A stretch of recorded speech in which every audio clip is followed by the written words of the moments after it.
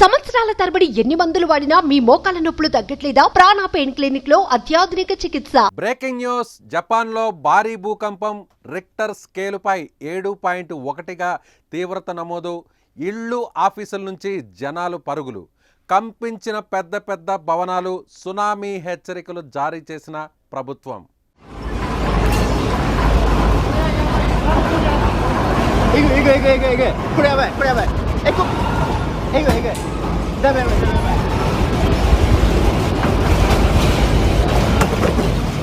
జపాన్లో భారీ భూకంపం సంభవించింది. రిక్టర్ స్కేలుపై 7.1 తీవ్రతతో భూకంపం నమోదైంది.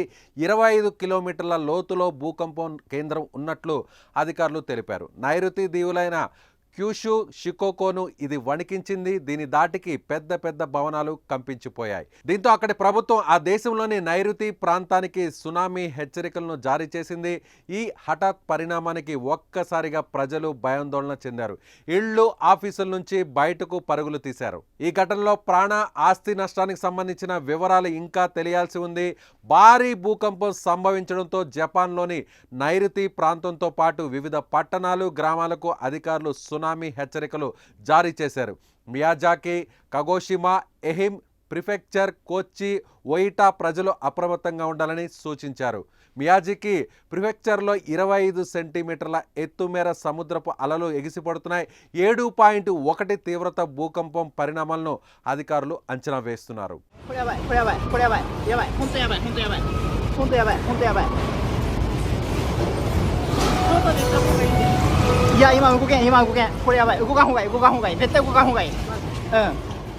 జపాన్ ఇషికావాలోని ఉత్తర మధ్య ప్రాంతంలో కూడా ఈ మధ్యకాలంలో స్వల్ప ప్రకంపనలు వచ్చాయి. నోటో ద్వీపకల్పం ఉత్తర భాగంలో 5.9 తీవ్రతతో భూకంపం సంభవించగా కొన్ని నిమిషాల వ్యవధిలోనే పలు ప్రాంతాల్లో 4.8 తీవ్రతతో ప్రకంపనలు వచ్చాయి. అయితే ఈ సమయంలో సునామీ హెచ్చరికలు ఏవీ జారీ చేయలేదు. తాజాగా భూకంపంతో అధికారులు ప్రజలను హెచ్చరిస్తున్నారు. సముద్రం, నదుల వైపు ఎవరు కూడా వెళ్ళకూడదని హెచ్చరికలు జారీ చేస్తున్నారు. అసలు భూకంపాలు ఎందుకు వస్తాయో ఒకసారి గమనిస్తే భూమి లోపల టెక్టోనిక్ ప్లేట్లు ఉంటాయి. ఈ ప్లేట్లు నిరంతరం కదులుతూ ఉంటాయి. అలాంటప్పుడు ఒకదానికొకటి ఢీకొన్నప్పుడు భూమి వణుకుతుంది. దీనినే భూకంపం అంటారు.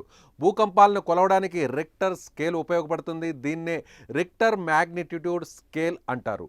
రిక్టర్ మ్యాగ్నిట్యూడ్ స్కేలు 1 నుంచి 9 వరకు ఉంటుంది.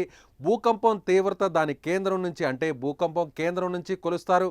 అంటే ఆ కేంద్రం నుంచి వెలువడే శక్తిని ఈ స్కేలుపై కొలుస్తారు.